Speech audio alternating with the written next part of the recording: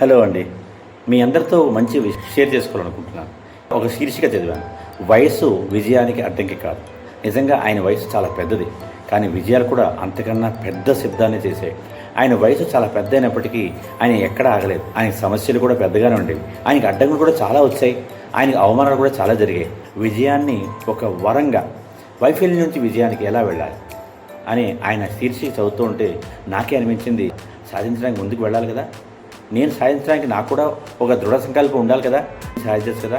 సమయం లేదన్న వాళ్ళకన్నా, సమయాన్ని చూసుకుంటూ నడిచే వాళ్ళకన్నా, రేపటి కోసం ఆగే వాళ్ళకన్నా ఇవాళ నుంచే మొదలెట్టే వాళ్ళే గొప్పవాళ్ళు అవుతారని ఆయన చెప్పారు. ప్రతి విజయం ఆయన సంకల్పం ఉంటే సరిపోదు, నైపుణ్యాన్ని అభివృద్ధి చేసుకోవాలి. మీరు చేస్తున్న పనిలోనే మీరు విజయం సాధించే అవకాశాలు చాలా ఉన్నాయని మనం గుర్తించాలి. అంతర్దాగా ఉదాహరణ, మీరు కొనే అరటిపళ్ళు లేకపోతే మీరు మార్కెట్కి వెళ్ళినప్పుడు కొనే ఏ వస్తువైనా కొంచెం తక్కువ ధరకు వస్తే ఏమనిపిస్తుంది, ఒక్కటి కన్నా ఎక్కువ కొనాలనుకుంటాం.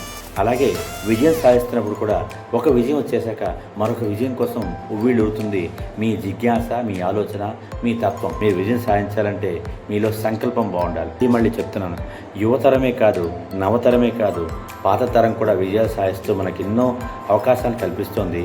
ఒక ప్రేరణగా నిలుస్తున్నారు. కాబట్టి మీ అందరికీ సాధించే గుణాన్ని పెంచుకోండి. విజయం సాధించడం చాలా ఈజీ అవుతుంది.